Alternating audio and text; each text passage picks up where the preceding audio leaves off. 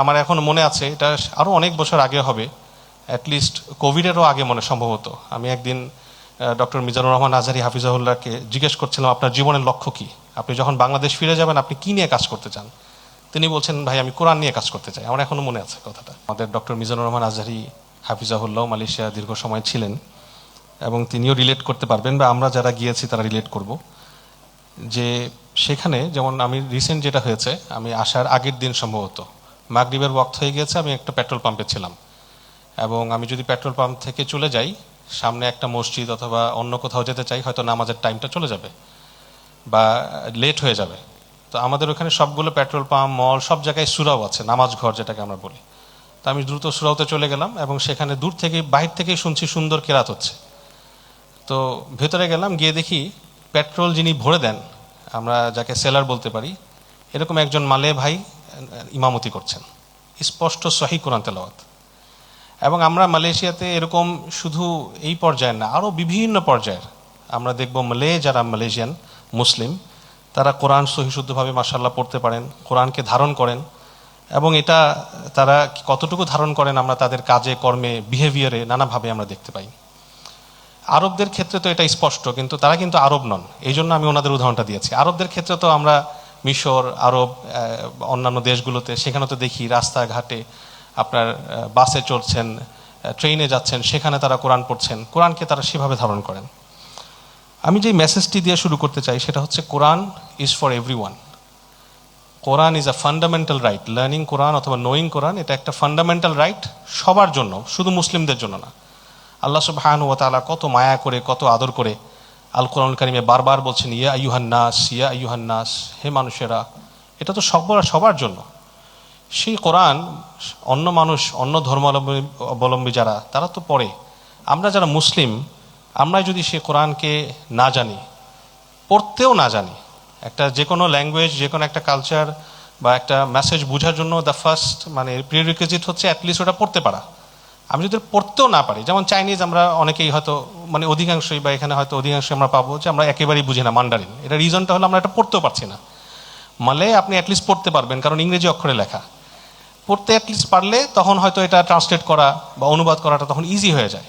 আমরা যদি পড়তেও না পারি, তাহলে কিভাবে আমরা এর অন্তর্নিহিত মেসেজ জানব? এবং এটা সেই কিতাব, সেই বুক, যার ব্যাপারে আল্লাহ রাব্বুল আলামিন বলছেন, কিতাবুন আনজালনাহু ইলাইকা মুবারাকান লিয়াদাব্বারু আয়াতিহি ওয়া লিয়াতাযাক্কারা উলুল আলবাব। যেটা এমন এক কিতাব যেটা আমি আপনার কাছে অবতীর্ণ করেছি, এটা একটা বরকতময় কিতাব, ব্লেসড কিতাব। কেন? যেন তারা, অর্থাৎ যারা এর পাঠক বা যারা এর অডিয়েন্স, এরা যেন এই আয়াতগুলোকে গভীরভাবে অনুধাবন করতে পারে, তাদাব্বুর করতে পারে। এবং এর ফলশ্রুতিতে এর আউটকামটা কি? ইন্টেন্ডেড আউটকাম হচ্ছে লিয়াতাযাক্কারা উলুল আলবাব।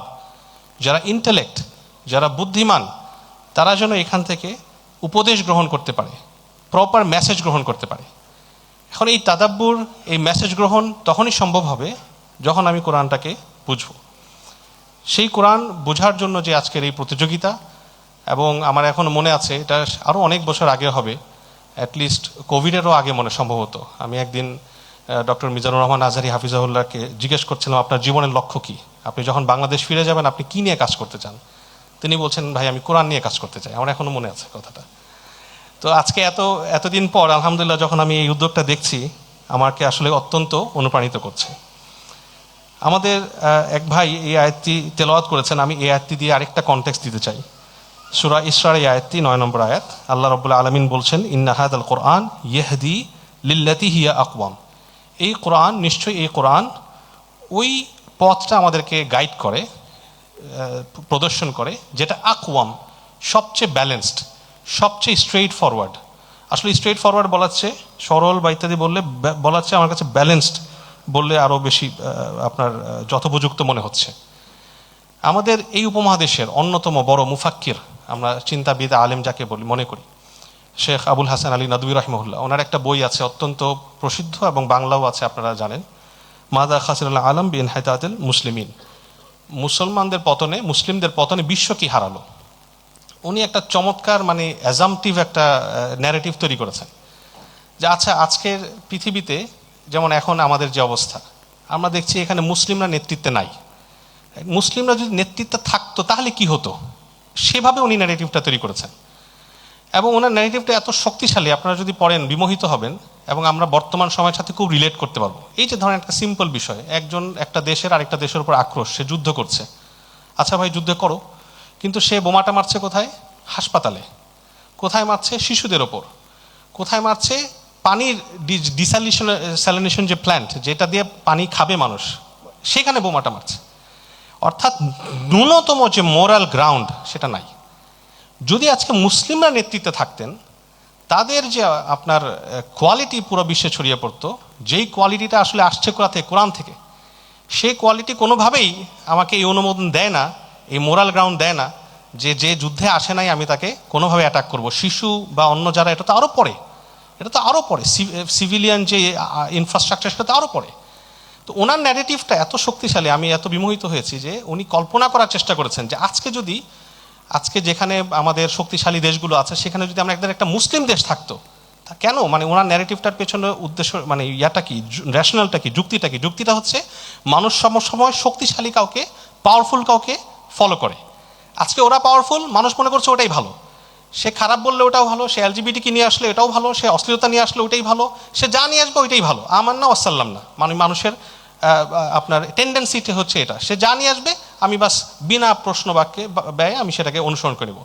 ওই জায়গাটায় যদি আজকে মুসলিমরা থাকতো, তাহলে কি হতো? এই আকওয়াম, আমরা একটা ব্যালেন্সড পৃথিবী পেতাম, যেখানে যত কিছুই হোক, যত ফাসাদই হোক, তারপরও একটা বেসিক মোরাল গ্রাউন্ড আমরা আশা করতে পারতাম, যেটা আজকে আমরা ন্যূনতম কোনো মোরাল গ্রাউন্ড আশা করতে পারি না। তাহলে এই আয়াতটা প্রতিফলিত হবে কিভাবে? প্রতিফলিত হবে আপনারা যারা আজকে অলিম্পিয়াডে অংশগ্রহণ করেছেন, আপনাদের মাধ্যমে, যারা কোরআনকে বোঝার চেষ্টা করেছেন, কোরআনের এই যে নানাবিধ জায়গা থেকে এটাকে পার্সপেক্টিভ থেকে দেখার চেষ্টা করেছেন, অনুধাবন করার চেষ্টা করেছেন, আপনাদের এই চিন্তাগুলো পরবর্তীতে যখন রাষ্ট্র চিন্তায় যাবে, যখন অর্থনৈতিক চিন্তায় যাবে, যখন সেটা সোসাইটি বিনির্মাণে ব্যবহৃত হবে, আন্তর্জাতিক সম্পর্ক বিনির্মাণে যখন আপনার এটা হবে, তখন আমরা এটার প্রতিফলন দেখব যে আকওয়াম ব্যালেন্সড একটা ভিউ আমাদের আসছে। আমি কাজ করি মূলত ইসলামিক ফাইন্যান্স নিয়ে, দেশে বিদেশে নানা জায়গায় আলহামদুলিল্লাহ আমরা কাজ করি। আমার অনেক অভিজ্ঞতা হয়েছে, অনেক অমুসলিম লয়ারদের সাথে আমরা কাজ করেছি, সেই সাউথ আফ্রিকায়, সেই ক্যানাডায়, অস্ট্রেলিয়া, বিভিন্ন দেশে।